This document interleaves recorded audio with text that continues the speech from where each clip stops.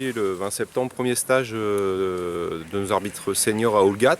Le premier d'une série de 3, puisque on aura au mois d'octobre le stage des arbitres assistants et fin novembre celui des arbitres de Ligue 1 et Ligue 2. Donc le programme du jour, donc ce matin, c'est terrain, et on a de la chance, il fait super beau sur Oulgat.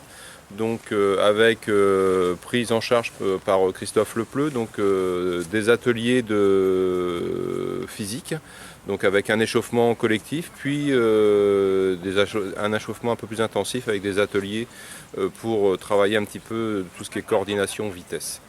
Ensuite, donc des ateliers à thème, donc avec un atelier sur la gestion des bancs de touche et la délivrance des sanctions administratives. Un autre atelier sur les coups de pied de réparation, donc de son signalement à son placement et avec l'exécution.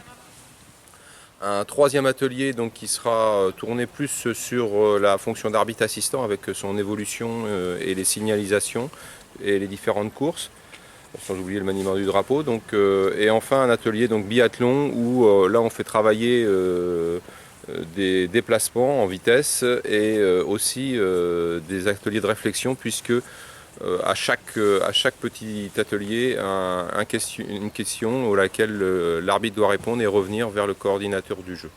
Donc voilà, aujourd'hui donc on a 45 arbitres et donc avec 7 ou 8 encadrants de la CRA et la coordination terrain sera assurée par Christophe Lepleu. Après la pause déjeuner et le pot traditionnel de l'UNAF, Intersport viendra nous faire part des articles de sport qu'il peut proposer à nos arbitres, puisque Intersport est partenaire de la Ligue.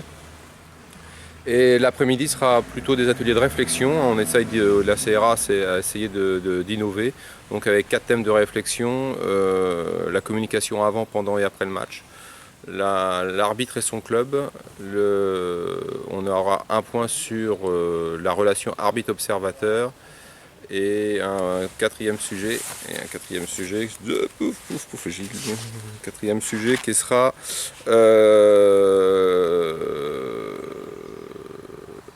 les consignes arbitre assistants, les consignes arbitre assistants. Donc là, voilà, donc avec le niveau par rapport à des arbitres qui arbitrent en catégorie PH, et donc qui sont peut-être un peu différentes qu'avec des arbitres officiels. Et donc chacun réfléchira pendant une trentaine de minutes avant de faire une restitution collective. Et puis la journée se terminera par un échange aussi avec des questions des arbitres de promotion d'honneur et candidats. Et puis ensuite quelques consignes de la part de la CRA.